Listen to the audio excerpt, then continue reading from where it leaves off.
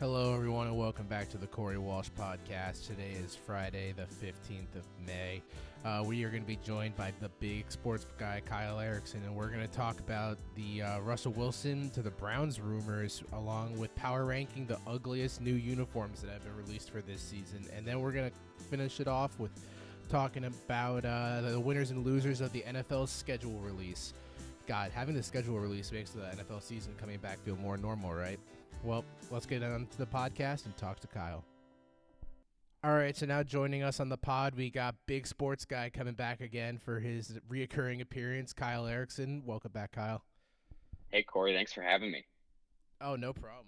I mean, we were thinking heading up to this, we were only going to talk NFL schedule release, but winners and losers. But then this Russell Wilson thing just came out of nowhere that allegedly the Seahawks offered Russell Wilson for the Browns' first overall pick back in 2018, which eventually was Baker Mayfield. But I feel like, do we know that they wanted to take Baker Mayfield with that pick? I don't know that we do. I also can't imagine that that's real. I just have such a hard time imagining that the Seahawks actually offered Russell Wilson up. I mean, there has been crazier things. Allegedly, this was the team that wanted to sign Cam Newton as their backup this year for God knows what reason. Like, Russell Wilson is never injured, so it's not like you can use that angle, be like, we just wanted a good backup in case Russ goes down. There must be someone in the Seahawks organization who doesn't like Russ. I can't imagine that the Seahawks are actually considering bringing in Cam Newton or that they actually wanted to trade him in the first place. Russell Wilson is like, if not the best quarterback right now, he's second best behind Mahomes. Yeah, I mean, let's not forget, even though Patrick Mahomes has basically taken the league by storm, last year the MVP discussion for the majority of last season was Russell Wilson. Yeah, it was Russell, and he kind of deserved it. I mean, the Seahawks always have one of the worst offensive lines in football. I think last year they were like 29th, according to PFF, maybe, and Russell Wilson is still winning 11 games a season. I mean, that's just Russell Wilson is so good. I can't take the disrespect with him. Oh, no, me neither. I mean, especially when I decided to take this in like, when you think about this, what look is this worse for? Is this worse for the Seahawks trying to give away the face of their franchise for a basically an unknown when your quarterback's already guaranteed to be a Hall of Famer? Or is it bad for the Browns who rejected the trade being like, yeah, Russ is pretty good, but this Baker guy's got something special? Oh, that's a good question. That's a really good question. Yeah, I gotta go with the Browns. Oh my God, yeah. I mean, Cleveland turned down, if this is real, if it's real, Cleveland said no to possibly the greatest quarterback of our generation, which is just like the most Cleveland Browns thing I think I've ever heard. But it's still also really dumb if it is true that Seattle offered Russell Wilson up. Because, like, before Russell Wilson got to Seattle, like, what were the Seahawks, you know? They were a perennial 7-9 or worse team, and they were kind of a laughing stock, you know? Seattle had never won a Super Bowl before Russell Wilson. They never even been. Like, they were known as, like, the flashy team out west with kind of cool uniforms, and that was just about it. Then Russell Wilson comes to town, and in 8 years, they have not had a losing season. Like, in 8 years, he's gotten them to 2 Super Bowls. That's a pretty good percentage, getting to the Super Bowl 25% of the time. You know, I just don't get all the leaks and the disrespect with Russell Wilson because he's so good, and I would kill to have him on my team. I'm just saying. I mean, the Browns, they've been pretty solid with Baker. They've been 12-17. Oh, that's stellar. That's pretty sweet. And I honestly would argue that what Baker had last year is more talented on offense than what Russ has had basically in his entire career. Oh, for sure. Yeah. I mean, Russell Wilson has never had elite weapons around him except beast mode. I mean, I think their best Sidney receiver, Rice. Sidney Rice, yeah. Percy Harvin. Percy Harvin always panned out. Yeah. Didn't Percy Harvin used to get high before every game? Yeah, I think that was him, right? He is attempting an NFL comeback. So if you're looking for a speedster that will pull his hammy by week 2, call up Percy Harvin. Yeah. I mean, Percy Harvin, he was really good, especially at college when he was at Florida. He played with Tim Tebow. But yeah, I mean, Seattle's never had great weapons around Russ. Like, who's their best option right now? Tyler Lockett? Yeah. I guess probably DK Metcalf is he will be a better player, but right now Lockett's the more refined receiver. If Um, Metcalf knows how to and run any other route but straight. but straight, yeah, that's all they do with them is just send them deep down the All field. right, go muscle the corner, and we'll see what happens. Yeah, yeah, no, but like Russell Wilson has done more with less than anybody I can think of in professional football, and he's like the perfect dual threat player for today's NFL, right? Like he's mobile, he can escape pressure, he can run if he needs to, but he avoids hits pretty much at all costs. Mm-hmm. So he knows how to protect himself and yet he knows how to escape and to make something happen out of nothing. On top of the fact that he's just really, really good. Like the guy already has over 20 career, fourth quarter and overtime comebacks, and yet he's only in year 8 and he's already got more comebacks than Jim Kelly, Boomer Esiason, Randall Cunningham, all these like greats. So I really don't understand what's going on in Seattle. I don't know if they're actually considering bringing in Cam Newton and actually wanted to trade him, or if just someone in the organization is leaking this. I feel like it's actually true because after this like whole trade rumor thing happened, guess who they signed as their new backup? Geno Smith, the least threatening backup quarterback to Russell Wilson. So they're like, yeah, sorry this rumor came out, so we kind of gave up on Cam Newton. Here's Geno Smith. You don't It's have to okay, worry about Russell, your job. we're not going to replace you. Yeah. Geno Yeah. Smith's like, what the hell? Yeah. Geno Smith is a good backup too. Hasn't he been in Seattle? I think he was for a little bit, yes. Yeah. Yeah, I think he was too. But he is awful. Yeah, he's awful. He's beloved Good by thing- Giants fans. Good thing Russell Wilson has never missed a game in his 8 seasons in the NFL. So Geno Smith never has to see the field. Damn. That is a tough look for Geno. No disrespect, Geno Smith, but Russell Wilson is another level. And you are not even an average level. So Baker Mayfield, just to talk about what the Browns did end up getting with that pick they really coveted. Like I said, 12-17 as a starter. That's pretty sweet. And for a quarterback that was only praised for being a very accurate college quarterback, his completion percentage over his career is 61.5, which is definitely not the NFL average for completions. He has 49 touchdowns and 35 interceptions, but let's not forget that 2019, he was basically atrocious. He was so bad. He had a sub-60 completion percentage at 59.4. He brought the Browns to 6-10. Whew, that was the season that everyone was thinking they'd have when the season started. He also threw 22 touchdowns with 21 interceptions. So let me get this straight. He was 6-7 in his first year, but the second year, I know there's the second year film, but also his team was a lot better in his second year than it was in his first year. They got much better amount of offensive weapons. Another year under his belt. He should have also taken a jump, even though the film is still there, especially if you're a first-round pick.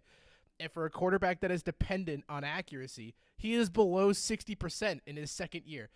So I know what you're thinking on paper there, like that's pretty bad. But let's just think about in the last season. These were the quarterbacks in the NFL with a higher accuracy last season than Baker Mayfield. We got Andy Dalton. That makes sense, right? Yeah. Mitch Trubisky. Ooh. Ryan Fitzpatrick. Oh boy. Jacoby Brissett. Daniel Jones. Mason Rudolph. Oh no. And Case Keenum. Oh my God. By the way, my God. just to say, Russell Wilson was 66%, which is a smidge better. So that's what Russell Wilson's done over his entire career is post 65, 66, 67% completion percentages every single year. Every season he's been in the NFL. Baker's been the king of He went from 63% in his first year to 59% in his second year. Oof. And so let's look at the biggest wins between these two quarterbacks in their first 2 years. I mean, we got with Baker Mayfield, He beat the Ravens in week 4. Week 4, yeah, yep, they 40-25. I bet you're We'll wondering. give him that one. Yeah, he probably did pretty well, right? Not really. He was 20 for 30 for 342 yards, 1 touchdown, 1 interception. That's weird. How'd they win that game then? Oh, they won because Nick Chubb carried the ball 20 times for 165 yards and 3 touchdowns. Yeah. What were Russell Wilson's first 2 seasons like, just for comparison? Because Baker Mayfield, not a good start to his career, but also last season his head coach was Freddie Kitchens, and he is also only 2 seasons into the NFL. Yeah, that would make sense. But, I mean, let's see. Russell Wilson, what did he do in his first 2 years? That was pretty impressive. Oh, in his rookie year, he beat Aaron Rodgers and Tom Brady in the same year. Oh, but you probably would think because, in the early years they didn't use him that much. I guess he was 10 for 21 against Green Bay for 2 touchdowns and 130 yards. And against New England, he was 16 for 27 for 293 yards and 3 touchdowns. But don't worry, Baker in his rookie year also beat the Buffalo Bills. The Bills with Josh Allen? Yep. Wow, that's impressive. Josh Allen, who still can't complete more than 60% of his passes. Don't worry, Baker is a step above that. Yeah, that was in his second year, so you'd probably think, the film probably would catch up with Russell Wilson, right? Okay, yeah, maybe. He won the Super Bowl in his second year, and he also on the road to there beat New Orleans, and he was 19 for 26 for 2 touchdowns and 289 yards. Notice how there's no interceptions in these good games. No, there aren't. And then against the slaughter of Denver, I know that was mostly the defense, but even when he had the ball, he was 18 for 25, 206 yards, and 2 touchdowns. Yeah, Russell Wilson did not lose that Super Bowl. I'm mad that you brought that up. That's PTSD for a Broncos fan. I'm sorry to do that to you, but it's okay. I was just having a great day, Corey. You just had to ruin it. I am so sorry. The biggest losses of Baker to me are way worse than the lack of emphasis he has on those wins. He played. I don't know if you remember week 1 this year. He played the Titans and they lost 43-13. I know you're thinking the Titans made the wild card. This is back when they had Mariota and their offense was stagnant, and they lost. And Baker, okay, he had 3 touchdowns and 279 yards, but. Oh, wow, he only completed 12 of 27, and he threw 3 interceptions? That's pretty weird. But that's not even where – it's not how – they always say it's not where you start, it's where you finish. I don't like where he finished either because they lost to the 2-14 Bengals 33-23, and he is the sole reason they lost. He was 25 for 38 for 285 yards, 1 touchdown, and 3 interceptions against the Bengals. Oh, Baker. How on earth do they do this? No. Yeah, and in hindsight, the proposed trade between Seattle and Cleveland, it was just straight up Russell Wilson for Baker. Just straight up Russell Wilson for the first overall pick, was it not? I think so. Maybe they like Darnold more, I guess. Maybe. Because, that USC tie. Uh-huh. Yeah, with Pete Carroll. Yeah, but, come on. We could do the same thing for Sam Darnold, over his – I guess last year was his second season, right? Same class as Baker. He doesn't compare to Russell Wilson, Russell Wilson has 9 playoff wins. He has more playoff wins in the last 8 years. He has more than double the number of playoff wins the last 8 years than Drew Brees had all last decade. And Drew Brees played 2 extra seasons than him. Russell Wilson, he's made the Pro Bowl 6 times in 8 years. His career touchdown to interception ratio is 3.5 to 1. He's got 227 touchdowns to only 68 career interceptions. Russell Wilson is so head and shoulders above almost every single other quarterback in the NFL. It just boggles my mind that Seattle would even entertain the idea of getting rid of him. First off, Russell Wilson's a robot because in his rookie and second year, his stats were almost exactly identical. He threw for 26 touchdowns, 10 interceptions, and he had 4 game-winning drives in his rookie year. In his second year, He improved by the slightest margin possible. 26 touchdowns, 9 interceptions, 4 game-winning drives. Yeah. Consistency is the hallmark of Russell Wilson's game, and it's something he talks about himself a lot. Is that what makes the great ones great is how consistently they can perform. And Russell Wilson too, the fourth quarter comebacks in each of his first 2 years, that's right on par for what he's done over his career, having already over 20 comebacks in just 8 seasons. He was speaking to someone this offseason. I think it was a few months back actually, and he said that if it's late in the game and you're giving Seattle a chance and you see him run on the field, he wants to strike fear in his opponent's hearts. And when I see Russell Wilson jog onto the field with 2 minutes left in the game, that's how I feel as an opposing fan. He is just so much better than every other quarterback alive except for Patrick Mahomes right now. There's really nothing else to say. Yeah, Put some respect on Russ's name. I feel like you said, the O-line for Russ has been terrible his whole career. And what was the major complaint about the Browns last year? That they had a terrible offensive line. Bad O-line, yeah. And Baker's just not the same quarterback in that way. Like, not only is he not that mobile, which is, like, I guess not an issue for, like, a problem. I can't say that's a flaw for Baker because he was never known as being mobile anyway. But at the same time, Russell Wilson is the face of the Seahawks franchise, so for that reason alone, I would say it probably looks worse on the Seahawks for getting rid of the best player they've had in probably their entire history. Yeah, agreed. And did you see this other thing too? The Pro Football Focus list of best players the last decade. Did you get a chance to take a look at that list? Below Richard Sherman. Yeah, Russell Wilson over the last decade was ranked as only the 4th best Seattle Seahawk.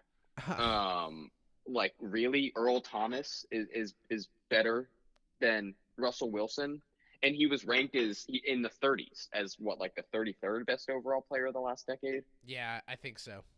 Yeah, that's just wrong. Like, Matt Ryan is rated as a better quarterback than Russell Wilson. That was solely based off of his MVP. Yeah, I guess. But when was the last time Russell Wilson had a 4-win season? Never. Russell Wilson has had only 9-win seasons and up. Matt Ryan, though, I'm so confused on Matt Ryan. Like, how are he people? Had that, like, what are people going to remember him great for? Year when Kyle Shanahan was the OC. Yeah.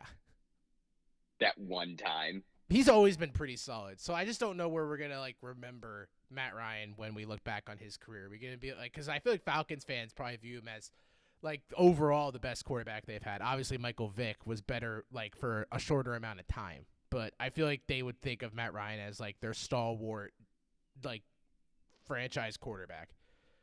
Yeah.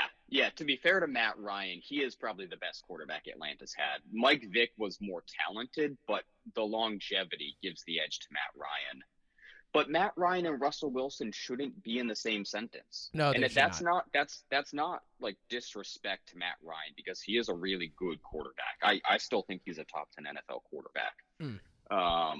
But again, Russell Wilson, the things he's done, it just goes above and beyond what Matt Ryan has ever accomplished. Russell Wilson has a ring. He's one correct play call away on the goal line from 2 rings. Matt Ryan doesn't have the same number of career comebacks, right? Matt Ryan wasn't going down the field for 4 fourth quarter comebacks his rookie year and his sophomore season. Matt Ryan doesn't have the number of playoff wins that Russell Wilson has. So to me, we're talking about apples and oranges. They're just 2 entirely different players on 2 entirely different tiers. Yeah, 100%. No disrespect to Matt Ryan, but it's no disrespect to Matt Ryan. Yeah, it's Russell Wilson's a surefire Hall of Fame quarterback, and yes. Matt Ryan, I would say, is Eli Manning tier, I guess, on that. Yeah. Not because of okay, so I know all the Giants fans would probably dive down my throat immediately being like, Eli's won 2 Super Bowls. And I'm just, yes.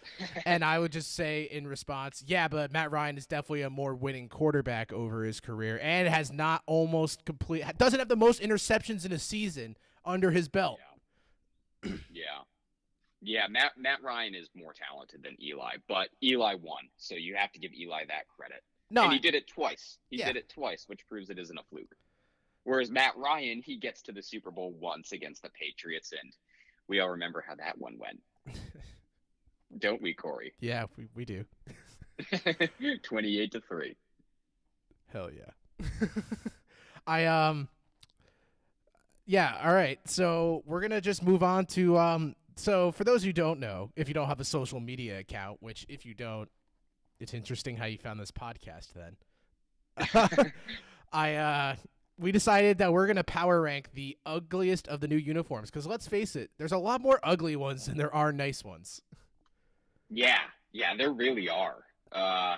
You want to kick us off here, Corey? All right, so we're gonna start from the nicest to the ugliest. I feel like you and me are gonna be in universal agreement here. The LA Chargers have by far have the nicest uniforms. Yes, that's not even a question. I think everyone's in agreement that the Chargers' new uniforms are incredible, especially the powder blue jersey. Oh, yeah, I like that one. My favorite one was the throwback to the LT unis with the dark blue. I love the dark blue lightning bolt they did on the helmet, too. Yeah, oh, that's so good. I really like just the lightning bolt that's on the pants. Like that's on every single one of the pants, and the yellow lightning bolt on their white pants is such a great look. And then also the number on the helmet. I think love is that classic. too. Like a retro look. Oh my god, yeah. Oh, it's so good. Yeah, they have one like uniform set where they'll wear the powder blue jersey and then yellow pants with a thunderbolt on the side, and that's just the cleanest looking uniform I think in all of sports. The Chargers hit a home run. Yeah, I looked at, because when they showed the social media picture, they showed all the uniform options they have. One, they have more choices than any other team, I think, in the entire league now. I think they have like 6. Yeah, they do. They're like the Oregon of the NFL. Seriously. And then I love all the choices. And I mean, I haven't liked new uniforms for a team this much since the Seahawks did their revamp. Yeah, I agree. It's been a long time since I've liked a new uniform as much as I've liked the Chargers. And like you said, the number of combinations they have is incredible. They have the dark blue jerseys, which are so sleek. They have white jerseys. They have the powder blue. And then they also have the yellow pants that I mentioned as well, which complement the powder blue and the white jersey so well. They have, 4 different jersey combinations that they can use, 4 or 5 different ones? I saw 6. 6? Yeah. Oh my God. The Chargers did such a great job with these. I want a Chargers jersey just looking at them, and I'm not even a fan. Neither are their fans. So yeah. don't worry about it. Is anyone a genuine Chargers fan? If you're a Chargers fan, tweet at our Twitter at the extended cut _. And I would love to know if there's a pulse out there. Yeah. Are there any Chargers fans? If you are, there might be a reward. They've been drawing ticket sales to their MLS stadium that's, like rivaling XFL ticket sale numbers. God, they live the dream. They're living the dream, yeah. All right, put them back in San Diego, please. Yeah. Speaking of living the dream, I got it for my 5th ranked uniform. So the second best best uniform? Yeah, the second best uniform, the Tampa Bay Buccaneers.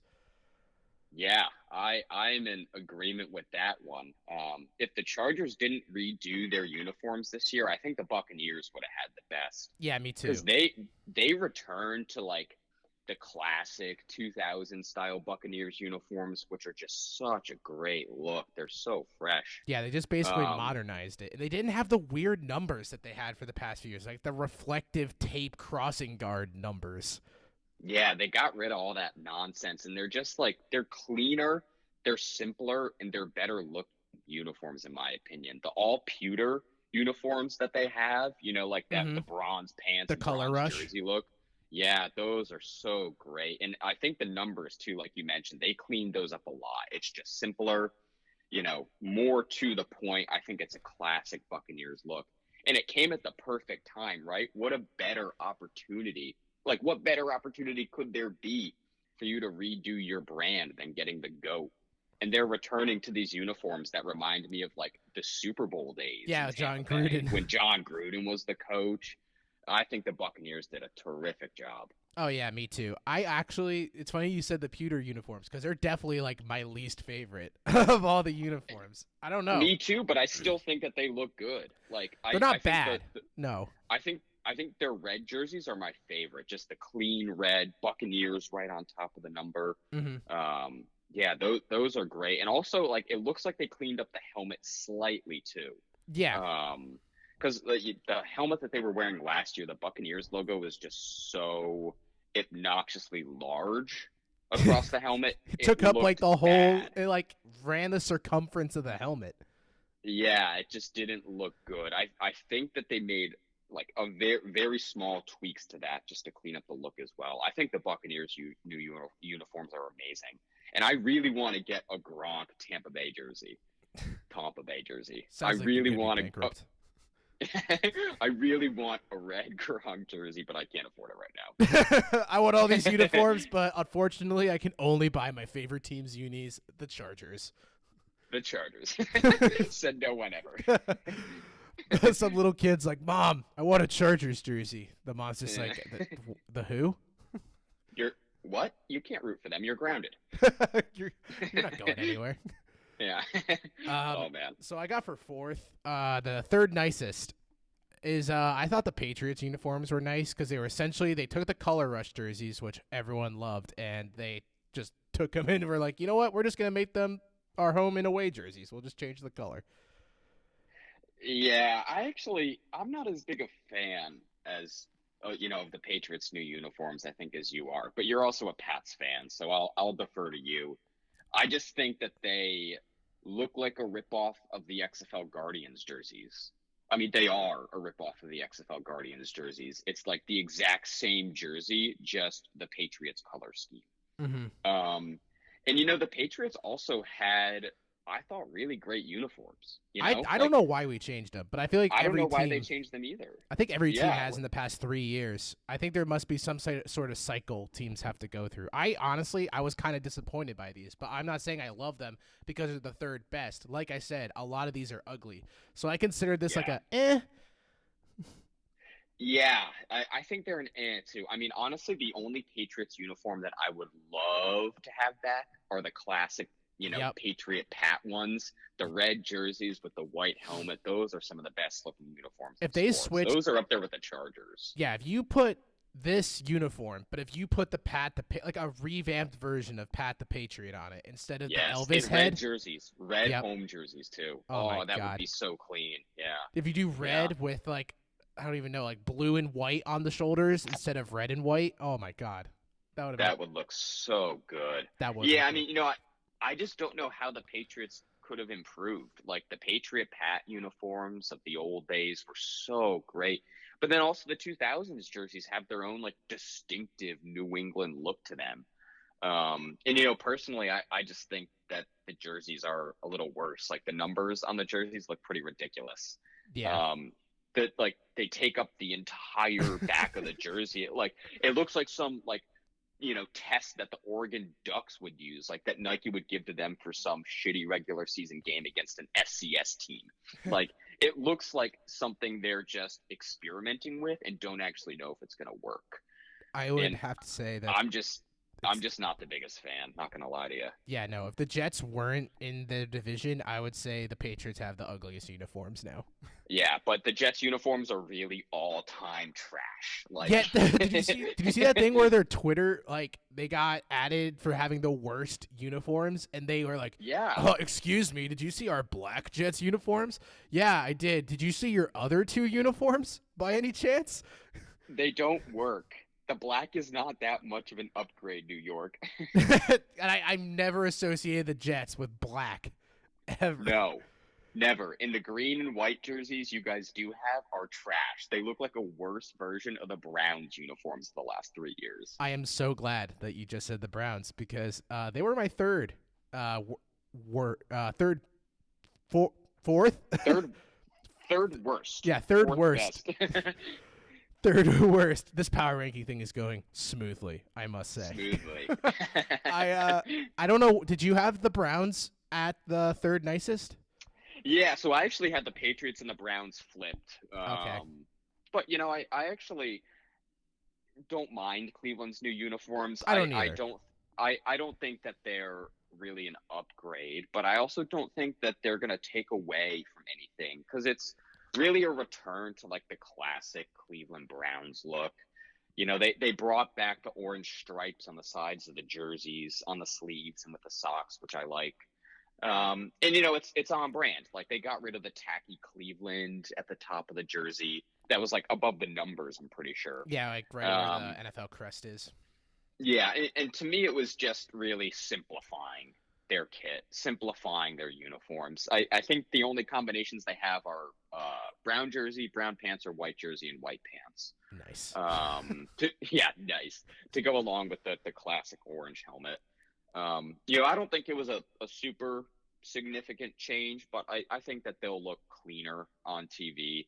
And until Cleveland actually starts winning games, what does any of this matter? I agree with you. I was just like, when I looked at him, like, they changed what? Yeah. I was like, they're not ugly. They're just like more of the same. And I honestly cannot think of a way to make the Browns jerseys look modern. They just are stuck looking similar to the last one and the one after that and the one after that. And it just goes on and on. I guarantee you, if you look through NFL history of the Browns jerseys, it like all they do is change the direction of stripes or like wherever they are on the uniform. You can't change that. You're not going to see like a massive Browns revamping. No, and it's going to be really tough to make flashy and like attractive uniforms out of their color scheme, which consists of dead fall brown and depressed orange. Like sick. there's just not a lot to work with there. Maybe like paper bag brown, maybe excite the fans a little, make them feel familiar. That's amazing. They should change their primary color to paper bag brown. It'd be a really good fit. Paper bag browns. And we wonder why LeBron left. Anyway, yeah. This might come as a shock to a lot of people, but I have for the second worst new uniform, I have the Falcons as the second worst, not the worst. Okay. I feel like you and me have the last two flipped.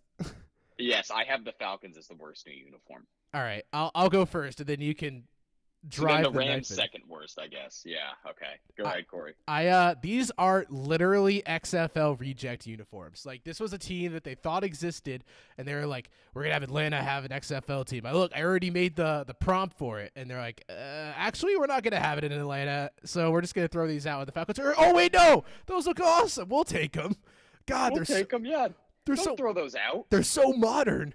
They are not cool. They were definitely trying to look like the Hawks uniforms, which I hate the Hawks uniforms. So I don't know why you would want to look like them, because their uniforms are basically trying to do the same exact thing. When I think of the Hawks uniforms, I think of their super ugly, like triangle shades of red and maroon home uniform.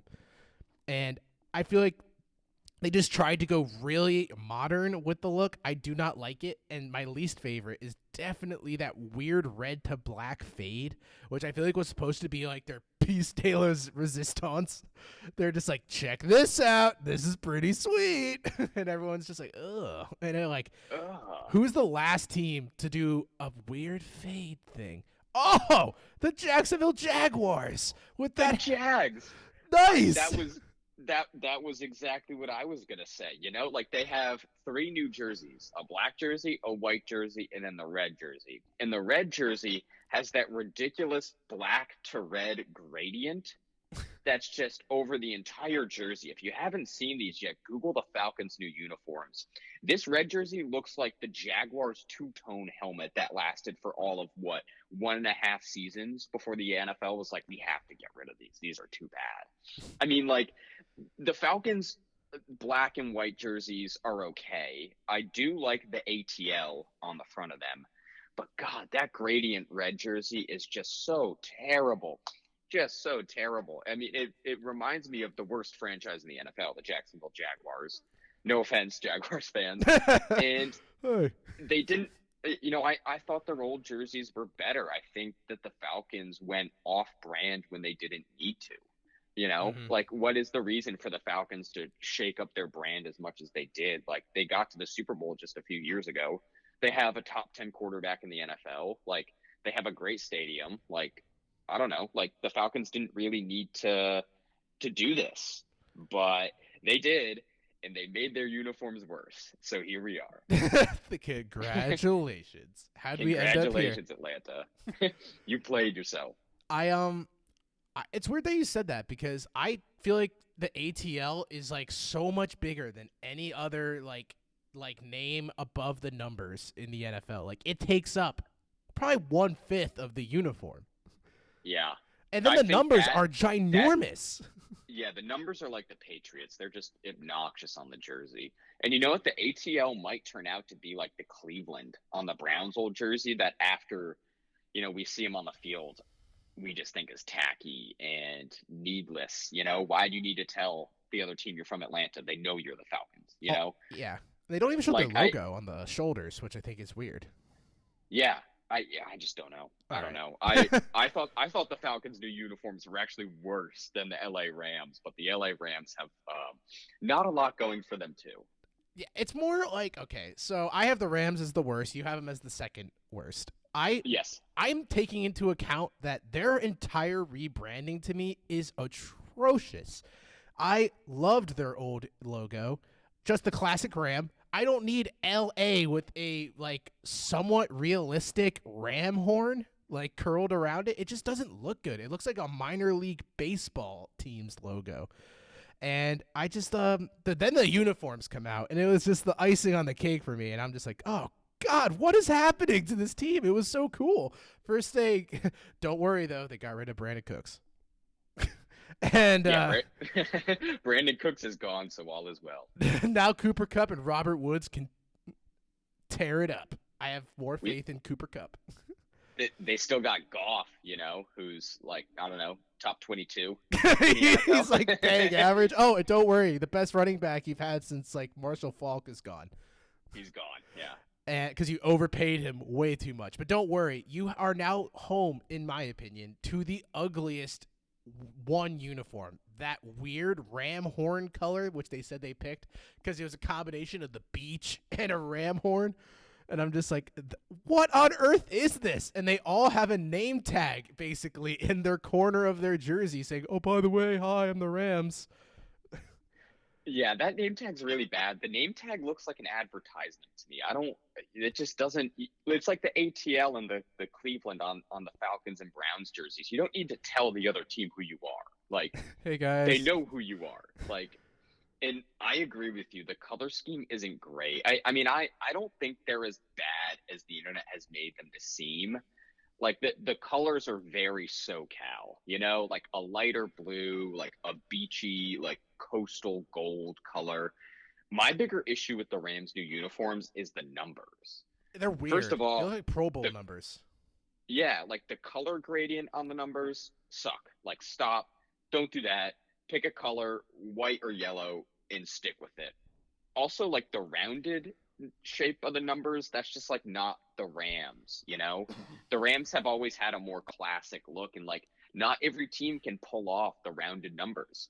The Denver Broncos can do it, but that's been the Denver Broncos brand going back decades. Like it just doesn't fit with the Rams. But like I also wasn't thrilled with their old uniforms, like of the past few seasons since they moved to LA. Because to me, they were a combination of like the old LA Rams mixed in with some like remnants of the St. Louis team. So, I'm glad the Rams have put together their own unique brand for being in Los Angeles.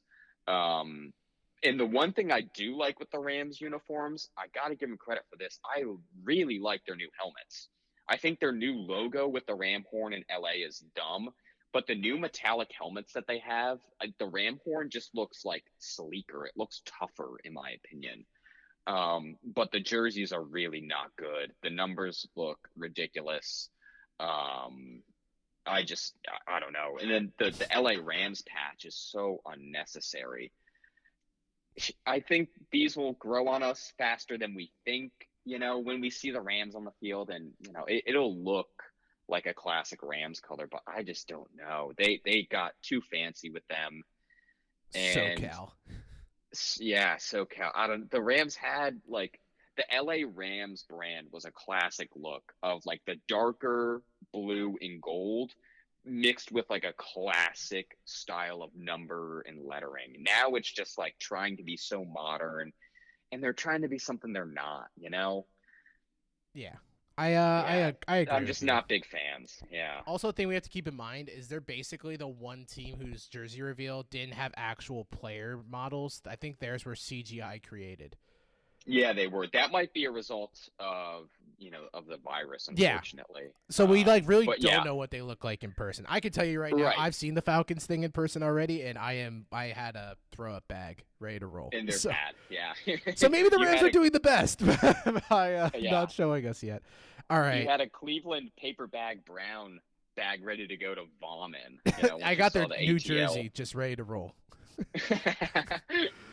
Oh boy. All right, so we got winners and losers here from the NFL schedule release, which was probably the biggest time the most it's ever been a spectacle in the NFL to get this release because we're all salivating for any amount of NFL news. Yeah, we really are. I mean, honestly, the NFL schedule didn't deserve as much attention as it It got got a because 3 hour special. everybody knew who they were playing and they knew where they were playing. It's just about finding out the timing. And given everything that's happening in the world right now, that timing's probably going to get messed up anyways. Oh my God, But we're playing at 4 o'clock. but now we have more to talk about, so let's do it. Let's get into it. All right, Kyle, who is a winner for you? Winner for me would be the Philadelphia Eagles, believe it or not. The Eagles have one of the easiest schedules coming up next season. I think they have the 25th most difficult schedule going into next season. And the Eagles, I think, are just really well positioned for next year. They're the NFC East, the division they're in is weak. They should win at least 4 or 5 of their divisional games. The Giants are not going to be particularly good. The Redskins are not going to be particularly good. And the Cowboys, who knows what we're going to see out of Dallas? Probably another 8-8 season, unless Mike McCarthy can really, make a significant impact and take that team to the next level. But I just really like how the Eagles' schedule is shaping out. They have easy opponents down the stretch. They finished the season playing Washington at home, playing Dallas, playing Arizona. They've got matchups with the Browns, the Giants, the Steelers, who I think the Steelers are going to have a down year next season. I couldn't They decide get how I felt about them yet. it's Mike Tomlin's never had a losing season, but I can't trust Big Ben until I see it. But He's in NFL shape, dude. yeah, I'm sure Big Ben is in NFL shape right now. The Eagles also get Cleveland early in the season. They open up with Washington. So they open and close their season playing one of the worst teams in the NFL. I think the Eagles are pretty well positioned, especially considering last year Carson Wentz showed he's one of the best quarterbacks in the NFL. He's a top 10 quarterback, and he was winning games throwing to nobody. And next season, assuming Alshon Jeffrey and Deshaun Jackson are back healthy, Wentz is returning to a team with more weapons. Mm-hmm. And I also think Doug Peterson's a truly terrific head coach. So the Eagles have a pretty favorable schedule. In terms of last year's winning percentages, they have one of the easiest strength of schedules coming up next season. And, given the roster moves they made, I can't imagine they're decimated with injuries the same way they were last season. So I really like where the Eagles are. I think they're a winner. It's funny you say that because I'm going to keep it in the NFC East here, and I'm going to talk about the Cowboys, who I thought were a winner. I mean, they had their average record of who they're playing from last year was 0.459, sub 500. That sounds pretty nice. Oof. Sounds pretty sweet. Their first 7 games to me is really what makes them winners. They're playing against a lot of lesser teams here. They're playing against the Rams, who I think will be worse because they're going to have they lost 2 of their main offensive weapons. The Falcons, I feel like, are just always going to be mediocre. The Seahawks, I do not know what to make of the Seahawks because every year everyone buries them and they end up going 11-5, like we said. But then they play the Browns, the Giants, the Cardinals, and Washington. I feel like they could easily go 5-2 in that stretch. And then their toughest games that they have always come following with a bad team. So they have a stretch in their schedule where they play the Vikings, but then they play the Redskins, then they play the Ravens, then they play the Bengals, and then they play the 49ers. So it's like they get an up and down. So I would really be shocked if this Cowboys team doesn't pull out something like 10-6. Yeah, I can see the Cowboys going 10-6, especially with what they did in the NFL draft. I just always have doubts about Dallas. At this point, I need to see that team and Dak Prescott win and get into the playoffs to buy into them. Oh no, I just was looking at it based off the schedule. I mean, that first 7, I can't think of an easier first 7 that you get than those. Yeah, that's a really favorable schedule for the Cowboys. I think it's like unlike a lot of the schedules in the league where it seems like they really don't have a tough back-to-back ever. They get like a nice soft cushion in between. So who'd you got for your second winner, Kyle? Yeah, my second winner is the New Orleans Saints. They open up the season, a 4:25 kickoff at home against Tom Brady and the Tampa Bay Buccaneers. And then week 3, the Packers come to town. So they have 2 of their toughest games in the first 3 weeks of the season, but both of them are at home. And then outside of those teams, they open the season playing the Raiders, Lions, Chargers, Panthers, Bears. To me, that's win, win, win, win, and win for the New Orleans Saints. They do have tougher opponents, right? Like they're going to square off against Minnesota in December. Patrick Mahomes and the Chiefs, they'll face also in December. The 49ers will come to New Orleans in November. And like I mentioned, the Packers are coming in week 3. But all of those games are at home for the Saints. So that's a huge advantage, especially because, of course, we'll see as things progress. But it appears that Southern states are going to be more willing to relax their shelter-in-place standards. So I think that's a huge advantage to New Orleans, that their biggest games of the year, except their second meeting with Tampa Bay, which is, of course, a division game. The biggest games on their schedule are all at home. That the only game that they won't get at home outside the division is against Philadelphia, where they're going to have to go to Philly in December. But other than that, I think the Saints have a really favorable outlook this season, and especially with what they did this offseason, bringing in Emmanuel Sanders. It appears they're gearing up to make one last run with Drew Brees for the 5th year in a row. Yeah, for the 5th year in a row. Maybe next year they'll do it again. God, that'd be insane. Who would see it coming? I think I think that the Saints are real winners after the schedule release. Oh no, it's weird. All right, so we did not plan this. I am gonna keep it in the NFC South for the Tampa Bay Buccaneers. And we basically have the same exact notes for why we put them there. Except so obviously their first game is at New Orleans, like you just said, which I think will be very tough to play there for Tom's first game, given that he's in a new system, and it's going to be really hard to communicate in the Superdome because it's one of the loudest stadiums, and Tom's whole offense really revolves around him changing the play at the line of scrimmage. So he's also playing with so far from what we've seen, the training camp is going to be very different, and he's not going to be able to get on the same page as most of his new players. So I think that's a tough first game. But then he also goes to Denver in week 3, and Tom has been historically bad in Denver. So this is really Tom's worst nightmare, I feel like, for his first 3 games. So I bet you're wondering, Corey, how are they winners? Well, like you said, they get all of their hard games at home. They're playing Kansas City at home, Minnesota at home, the Rams at home, and the Packers at home. I can't think of a way that the NFL could be like, oh, Tom, don't worry. Here you go. Take care of that arm now. We need you to make money for Tampa Bay. And, I think Tampa Bay, like you said, the South is getting a lot of good home games for some reason. I can't understand how they both got it, but hey. Yeah, the NFL's pulling some strings with the schedule, I think. Yeah, it's Tampa Bay, so what are you going to do? It's Tampa Bay, yeah. Yeah, so my third winner, I'll mix it up now. I'm going to go with the Cleveland Browns. I feel like we really attacked Cleveland. I think Cleveland is leaving this very happy.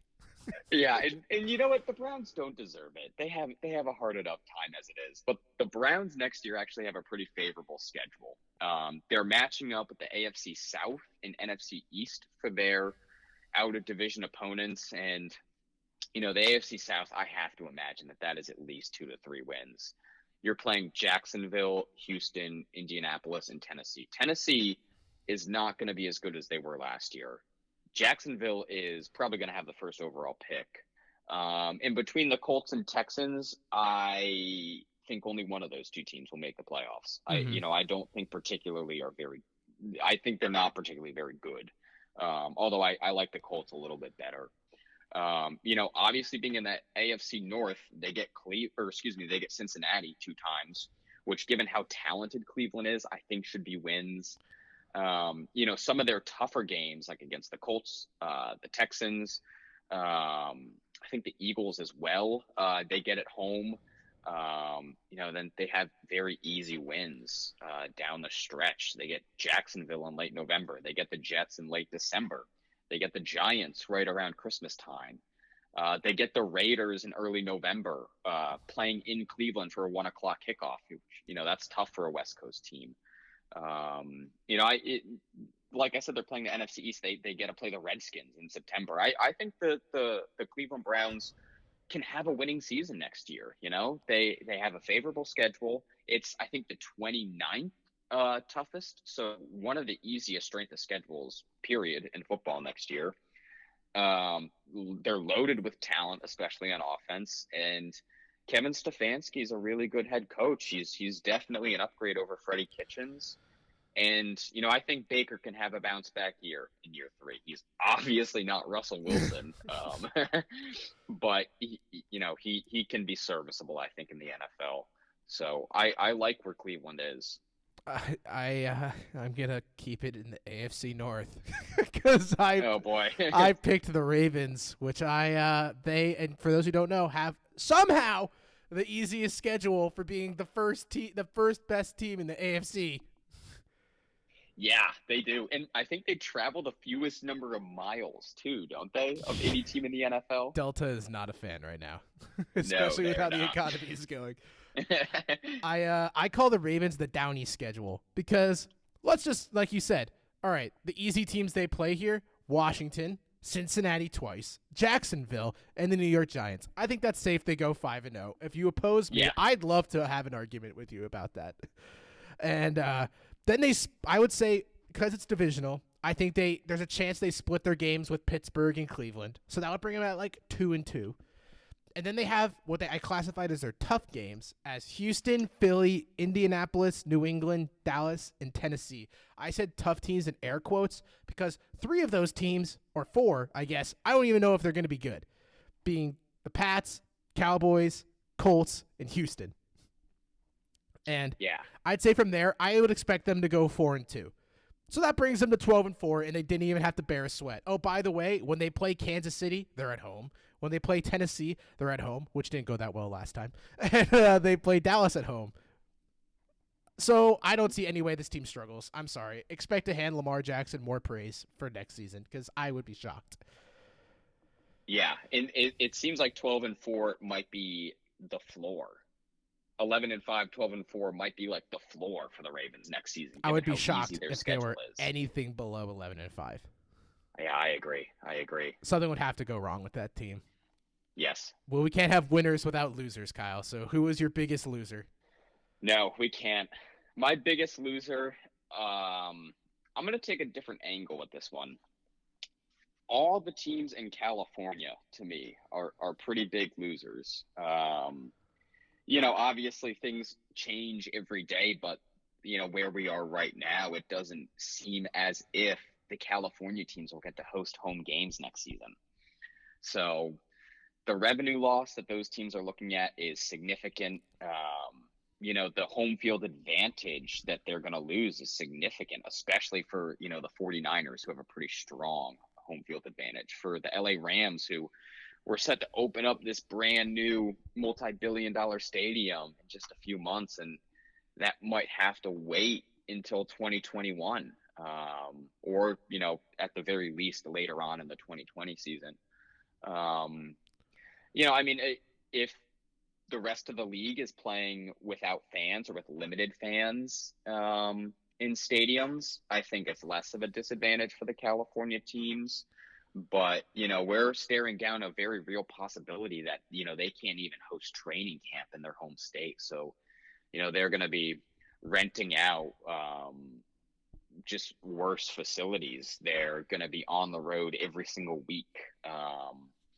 To me, the California teams are big losers, not just from a business perspective, which obviously, but from a competition perspective as well. Traveling that much when you're playing such a physical and violent sport, that's going to add up, especially if the NFL is going to try and play a full season next year.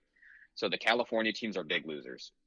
I think the AFC East teams, to me, were the biggest losers because they're playing the NFC West, which is one of the toughest divisions of football. But let's talk. The Patriots will have to play Kansas City in Kansas City, while also having to play Baltimore and Houston. The Pats have 7 games against teams that won 10 or more regular season games. So the Patriots' schedule from week 2 onward consists, after they play Miami, consists of Seattle, Oakland. They're playing at Seattle, home versus Oakland, at Kansas City, home versus Denver, home versus San Francisco, at Buffalo. And they're also going to have to play Baltimore at home, at Houston, and at LA. That, to me, is a very tough schedule, especially for a team that's trying to figure it out. So that's a tough look for the Patriots. But also, the toughest look has to be the Jets. I mean, their first 9 games. Let's keep in mind, this is probably going to be one of the worst teams in the league. They play at Buffalo, home versus San Francisco, which is that really any advantage? At Indianapolis, home versus Denver, home versus Arizona, at LA Chargers, home versus Buffalo, at Kansas City, and home versus New England. Are we thinking that team's going to go like 2-7? No, I think they're going to lose all those games. I mean, that was like the optimistic look. I said maybe 2-7. And then just like throw like salt in the wound here. I mean, the Dolphins, their first 6 games. All these media analysts are like, oh, the Dolphins are going to be the sneaky team that pulls it out. Yeah, you know what? Maybe if Tua was playing, and which I doubt he is, I think they're going to start Fitzpatrick. But even if Tua was starting, the schedule is hard. They're playing in their first 6 at New England, home versus Buffalo, at Jacksonville, at home versus Seattle, at San Fran, and at Denver. How on earth is any team going to make it out of there, except for Jacksonville, to pose a winning record? Yeah, that's rough. That's the Dolphins, right? Yeah, and they also play the Chiefs, Rams, and Chargers, but they're all at home. But you know what? Oh boy, it's ridiculous. I actually do hope that they play Fitzpatrick and not Tua right away. Me I would too. hate to see them throw Tua, to the hounds like that. Tua. Also, the Bills' schedule, to me, though, when I looked at it, it's really not that bad. I see him winning the division, and based on the schedule, like the only other team that has a chance is if the Pats claw their way to the 7th seed with their defense. Yeah, I think Buffalo's going to win that division, too. I think they're really good. Me too. One more loser for you, Corey, that I got. Not a specific team, but just all international fans, because the entire international series for next year is canceled for the NFL. Sorry, really Mexico City. Sorry, Mexico City. Sorry, London. That's actually a really big hit, especially the London one. Yeah, because the United Kingdom has a ton of NFL fans. They sell out, the 80,000 seat stadiums they play in Tottenham and Wembley every time there's an NFL game there. The Jacksonville Jaguars. Yeah, the Jaguars. They were set to host 2 of them. In England this year. Don't they take away home games for that too? Yeah. So the Jaguars were originally going to give up 2 of their home games to be 2 home games in England. So there were only going to be 6 home games in Jacksonville this season.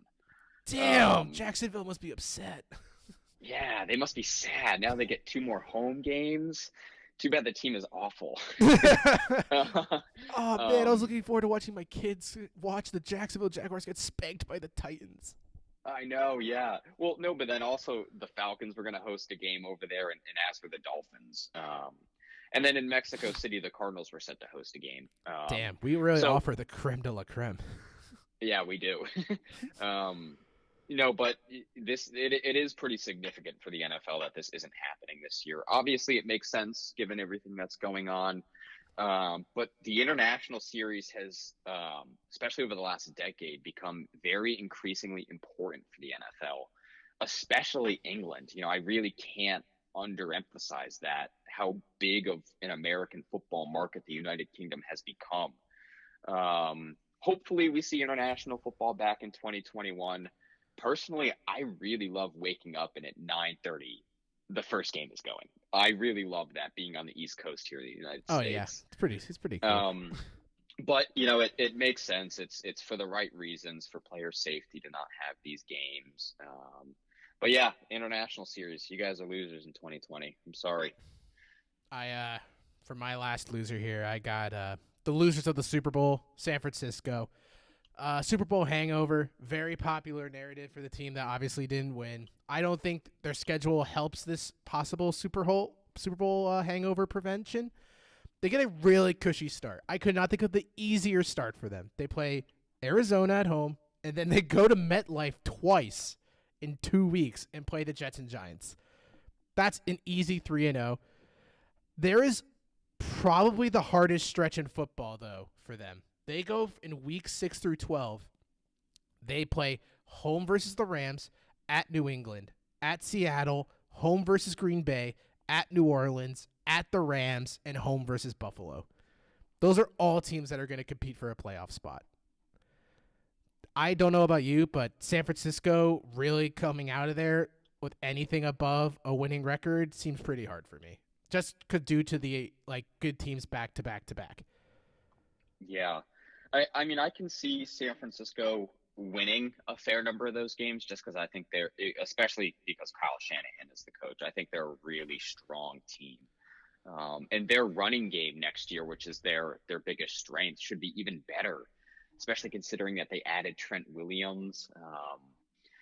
But I do agree with you. That's a really difficult schedule. And also, if you look at the 49ers offseason, it's been up and down. I think they did well in the NFL draft, but they lost to Forrest Buckner, who's one of the best defensive linemen in football. But they got Kinshaw. Yeah, no. The defensive line, even with returning Bosa, is not going to look like what it did last season, 49ers fans. And Jimmy G is still the quarterback. Jimmy G, I think, is like Jared Goff. He's top 22 or 23. But if you have an upgraded quarterback, you probably win that Super Bowl. But Kyle, he's so handsome. He is so handsome. It has to lead to something, right? No, it doesn't. Yeah, that's the issue. But Gardner Minshew unfortunately, is no. God tier status with that mustache. Yeah, we can't even. Okay, we were debating Russell Wilson versus Baker earlier. The only person who's actually in a tier by themselves is Gardner Minshew. You don't rock that stash and not own the NFL. He's also gonna probably get replaced next year. Yeah, probably. But goddamn that handlebar. Yeah. All right, Kyle. Yeah. Thanks for coming on, buddy. Thanks, Corey. Is there anything we should be checking out on the Big Sports Guy? Yeah, definitely. Check out the Big Sports Guy blog, big with 2 I's, bigsportsguy.com. Also on Twitter at big_sportsguy. I actually wrote a piece this morning about Isaiah Simmons in Arizona. The Cardinals are looking to really hone him in as a linebacker, which is crazy because in college he played 100+ snaps at free safety, strong safety, cornerback, defensive end, and linebacker. So he's one of the most explosive defensive weapons we've seen in a long time. And did a deep dive kind of on what Arizona's going to use him for. And just kind of taking it as a look at where Arizona is. So check it out. Check out the blog. And thanks for having me on, Corey. This is always fun. Yeah, no problem. If you liked listening to Kyle on this podcast, you don't have to worry because he'll be coming on every 2 weeks, every other Friday. So yes. Yeah, we have a regular slot now. Yep, he has joined the Extended Cut family. And I have. We are looking forward to hearing more from you, buddy. Thanks for coming on. Yeah, definitely. Appreciate it, Corey. All right, thanks to Kyle for coming on the podcast and talking all things NFL. The NFL season is not close enough as we head towards the summer where we're just in a abnormal low for sports content right now. I am just sitting here watching a ton of NFL top 10s on YouTube, and like you all, I miss it. So I'll see you next Monday for the next episode of the Corey Walsh Podcast.